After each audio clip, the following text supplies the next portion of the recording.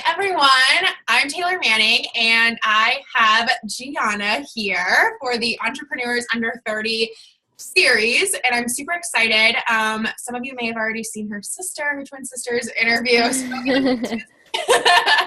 think it happens. But anyway, Gianna, I'm so excited to have you. Tell us who you are and what you do. That'd be perfect. Yeah. I'm really excited to be here. So thank you for having me. But I've got a little dog climbing up behind me. But my name is Gianna, and I'm a love coach, and I specifically work with spiritual women that are trying to manifest their soulmate, and we really work on self-love and implementing the law of attraction and things like that. Awesome. So I'm super excited to have you here because we're the same age, right? 21? Yes. I think you're like a couple months older, because when I found out your age, I was like, no way. Yeah. And I looked at like the specifics. I was like, when is her birthday? Yeah, I can totally relate. I do that to way too many people. Yeah. That's why I'm so excited, because like we're on that really young 20-something spectrum, and not that like the 28, 29-year-olds don't have a hard time too, but I just think like we go through this other thing where like our age is very much like kind of held against us, even by ourselves probably and others. So I'm excited to kind of hear a little bit about that. But yeah, why don't you start by sharing with us, how did you get started? Like not even just this business, but like what was your first taste of entrepreneurship? So, growing up, my mom was a psychic medium. I don't know. I maybe my story is very similar to Jenna's. Like maybe her answer was very similar. Yeah, okay. So, but yeah, my mom was a psychic medium, and she was an entrepreneur, and she would do pretty much like coaching with intuition and all that jazz. But she would do like one-off sessions with people. And as like a young teenager, I had all this chaos happen in my life, and it really kind of pushed me to my own spirituality and like kind of go within myself. And, that really led me to be really inspired around like helping people and spirituality and things like that. And so I began doing like intuitive readings, and that developed into coaching because I just really liked the coaching aspect. I really didn't care for the intuitive aspect. And, because I kind of felt like a seal that was just like balancing a ball on its nose just because it could. Like, it was like, tell me what you know about me, And, that led to coaching. Like, I just really loved coaching. And, obviously doing like one-off sessions wasn't sustainable as a business. So, yeah, that led to me finding my niche and, doing programs and stuff, which here I am. Yeah. How did you figure out that you wanted to be a love coach? Well, I was at this really big turning point in my business, which maybe like about a year ago, a little over a year ago. And I was really looking to take my business to the next level and be really sustainable with it and make even more income and like even more impact in people's lives. And, I had learned about niching, and it just made so much sense to me. And I also had these things that I felt really passionate about that I really wanted to work with people on specifically, instead of just kind of helping people with whatever they wanted. And so I worked with this branding coach that was really awesome and totally life-changing. And she rocked my world and like really kind of helped me put my passions and my interests into a brand and help me kind of pick a niche from there. And, love coaching was really like the secret thing that I really wanted to do that I didn't want to admit to myself. And she just like really dug it out of me and made me admit it.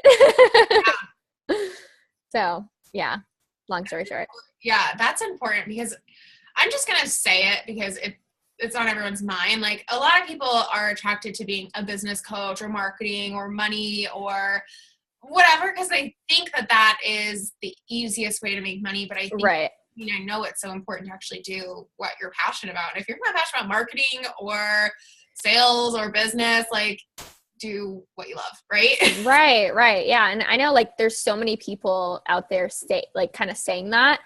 Yeah. And, from events that I've gone to and, things like that, they're just like, oh, well, if you don't know what you're going to do, like be a business coach for now. It's like the fastest and easiest way to get successful.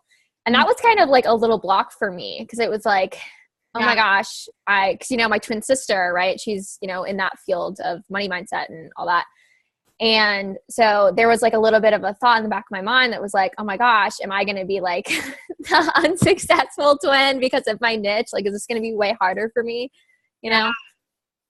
I'm so glad that you shared that, because it is, I think a lot of us get pulled between what we love and what we should do, Mm-hmm. Right. So I'm just curious, I really want to ask you this question. Ask away. I'm an open book. Okay, from yourself or from others, have you gotten negative feedback about being a love coach and also being your age? And I know you started this before you were even 21. Yeah. Maybe not a whole lot, not as much as you think maybe I should or would get, but I mean, I definitely have, because people are like, well, how do we really know that you know what you're talking about? Like, maybe after you've been in a relationship for like 10 years, then we can talk, and, but you're not old enough to have had that kind of experience yet, and yada, yada. And like, some people, I don't know. I definitely, in my own working on coaching and intuitive readings, I really had to kind of push through that block, and I used my age and I kind of owned it, and I didn't use it as like a determining factor. And people really kind of treated me like this wise young person, and that kind of helped too. Like, I don't know, it just did. And, so that was never really a huge issue for me, like as far as insecurity goes. I mean, I definitely wouldn't go out of my way sometimes to maybe share my age. I mean, I do now, like, I don't care. And I'm like, you know what, if you have a problem with it, like that's you and you're not my people then, and that's cool. But that was never really maybe a huge thing for me. And I just, I mean, I definitely have gotten some like, I've known people that like think that they're with the one and they've been together for 10 years or 5 years and they break up. So how do we know that you're... So do you think that you get more negative feedback about the fact that you are like not married and in this like 10 or 20 or 30 year long relationship versus your age? Maybe, but I don't really get a lot of either, honestly. Yeah. Cool. Yeah. I know for me, that was a big holdback in my own head of my age. And you probably know from my story, like I tried to keep it a secret without lying. Right. So I'm not going to lie about my age, but I'm going to avoid admitting it at all costs. Right. Yeah. And then once I put it out there, like it only helped me. Right. I think the key is like owning who you are and not letting that hold you back, or anything about yourself that you think others might not approve of, because they're not your people.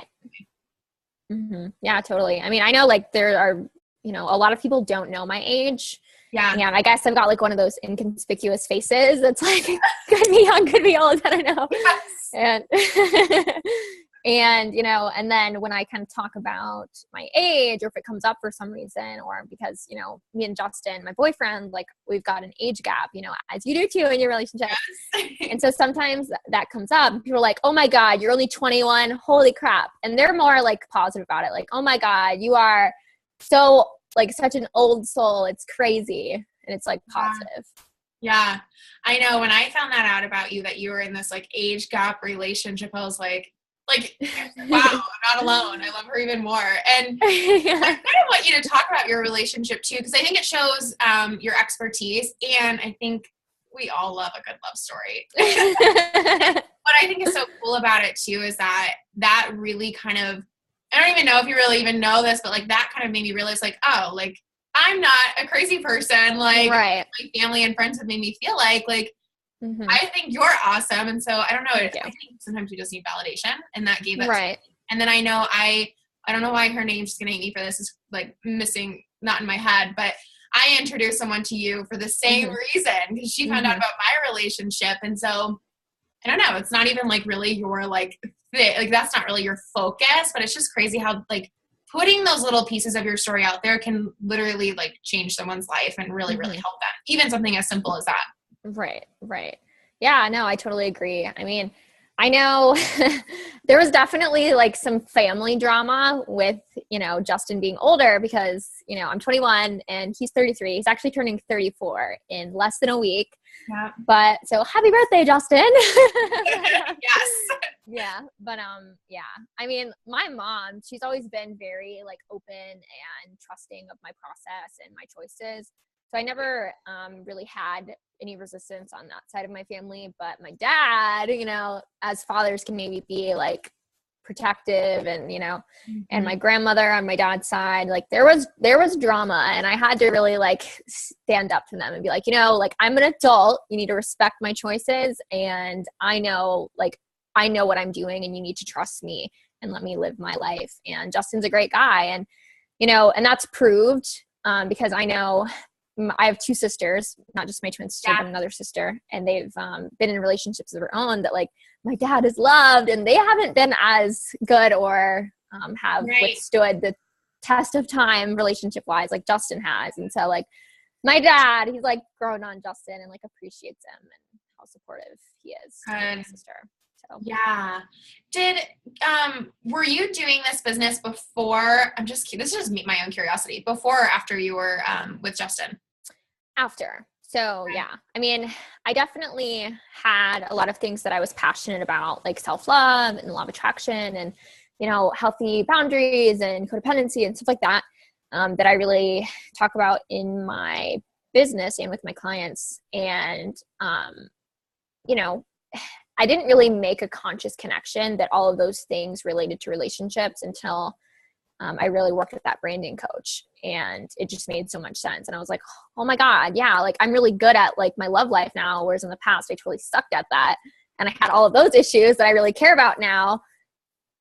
Light bulb. Yeah. And you really combined a lot of different things, but they are really connected. Do you work a lot with entrepreneurs? Is that a majority of your clients or no? I would say about 50-50. Like, just from being in the coaching community online, a lot of my clients by default are coaches, but a lot of them aren't too. Nice. Because I know for me, and so I'm hoping that maybe we can share some stuff for somebody that might like just be needing to hear like maybe they need your help, or maybe they just need to hear something from you. But I know for me, when I first started my business, as most of us, it was like the worst timing, right? Like it just works that way. Like I was like right in the midst of moving here to live with my boyfriend that nobody approved of at the time, like not a single person, and then I had my granny was sick and just dying, and then moving, and my business wasn't really very consistent. So all that going on at once. So I feel like there very well may be somebody who's trying to start this business, and maybe they're struggling with relationship or even just self-love, because I think a lot of the mindset stuff that comes up when you're about to start your business, especially as a 20-something, can be around worthiness and like comparing yourself to others. And just, it seems like a lot of the mindset blocks really stem from that. Would you agree? Yeah. I mean, I definitely think any kind of holdbacks in relationships or in a business and starting a business are definitely related to mindset and worth for sure.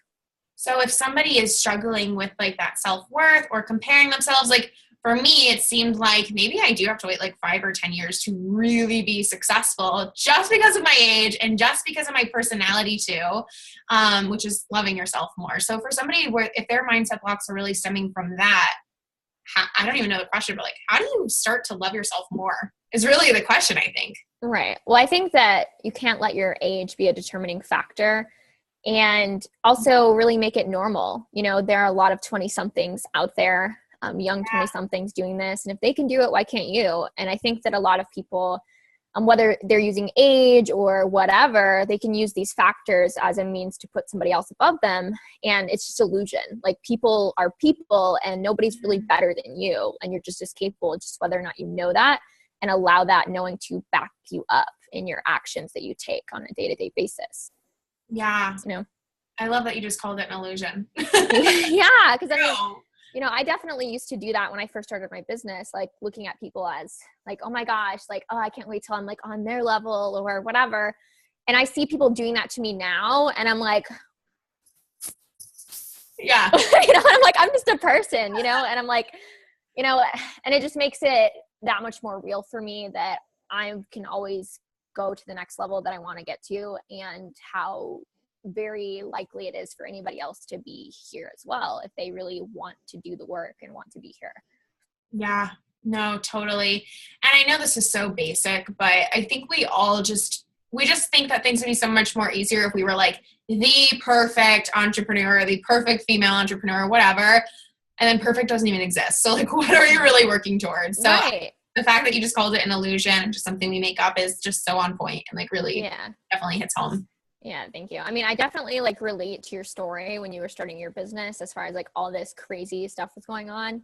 Like, I know when I started my business that I have now, like, you know, when I transitioned from readings and sessions to an actual coaching business of, you know, being a love coach or whatever, my mom, like I was living with my mom, and she was being evicted from her house. And, you know, after having this crazy divorce with my former stepdad, and you know, my mom was just in a really bad spot financially, and I was barely making enough money to survive in my sessions. I was lucky if I made like $500 a month.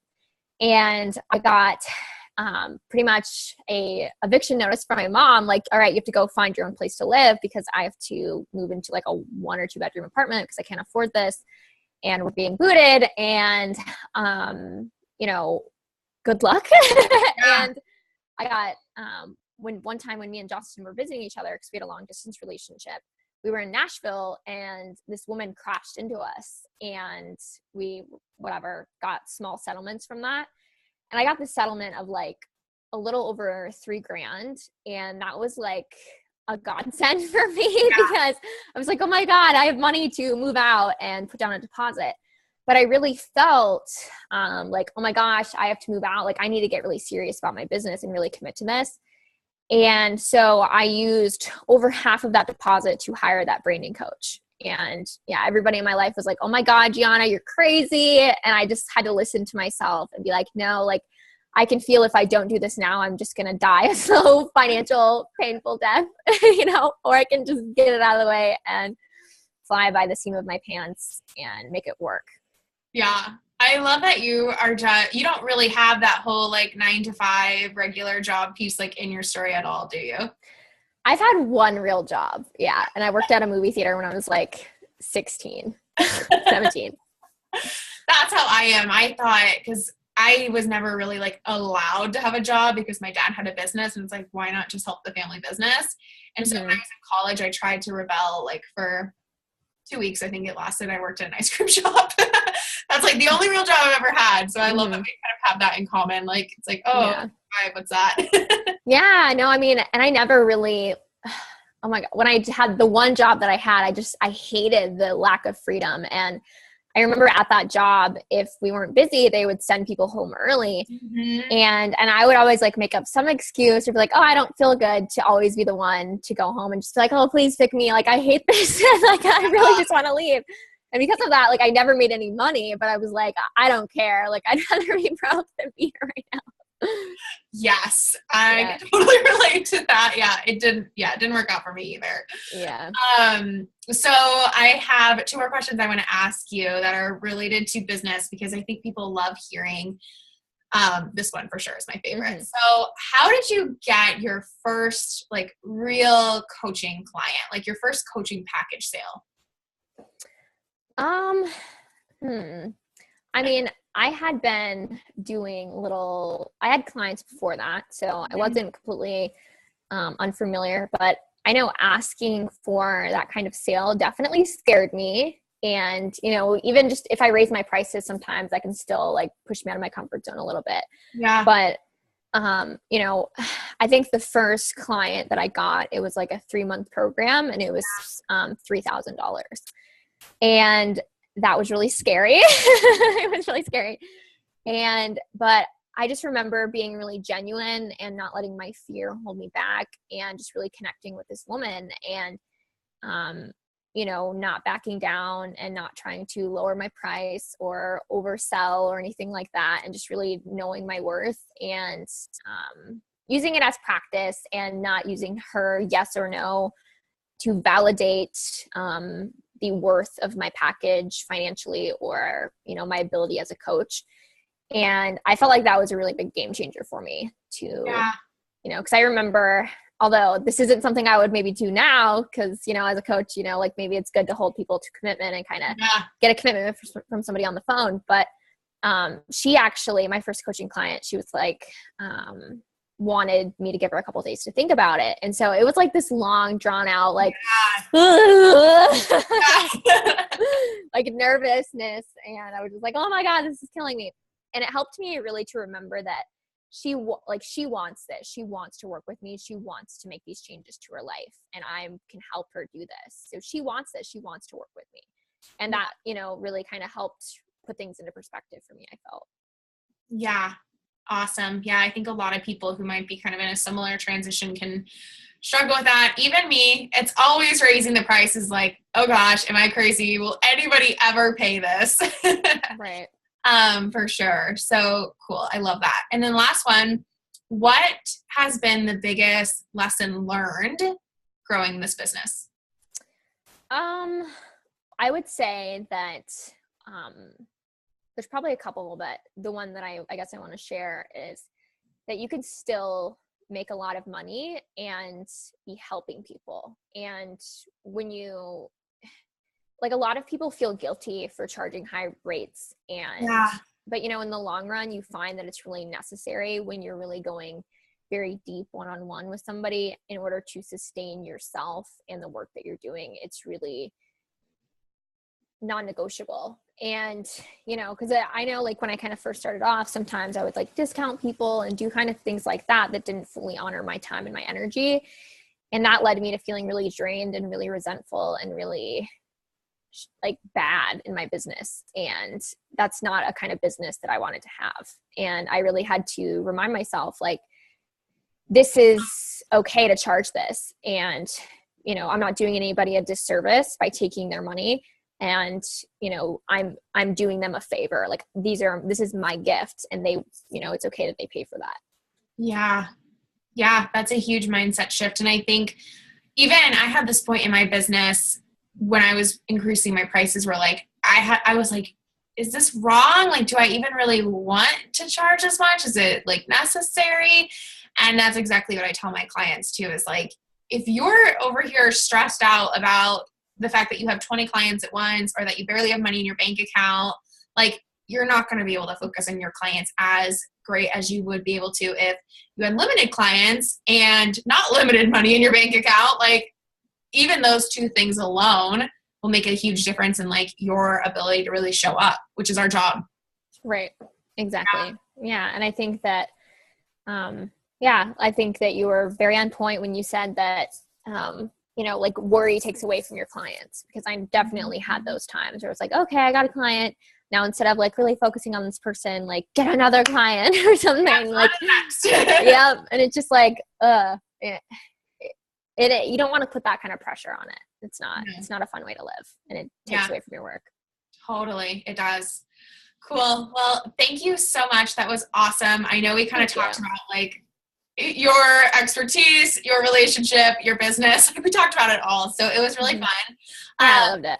Awesome. So I'm going to link below once this goes up, all the links that you sent me. So don't stress about getting everything right. But if you just want to remind us one more time, for anybody who, like, feels called to connect with you, what you do, who you work with, and the best place to find you. Okay. So I'm a love coach. I help single and spiritual women manifest their soulmate, and we really work on self-love and, you know, implementing the law of attraction and any kind of codependency stuff that may be present. And I tend to work with women and sometimes men that tend to attract emotionally unavailable types and really struggle with their confidence and, you know, maybe neediness and things like that. And so the best place to find me is probably in my Facebook group, Single and Spiritual. That's like my favorite place to hang out online all the time. I love it. That's my go-to to share too, my Facebook group. Yeah. It's like, that's where all my people are. It's like my baby. Awesome. Thank you again. Thank you so much. This was fun.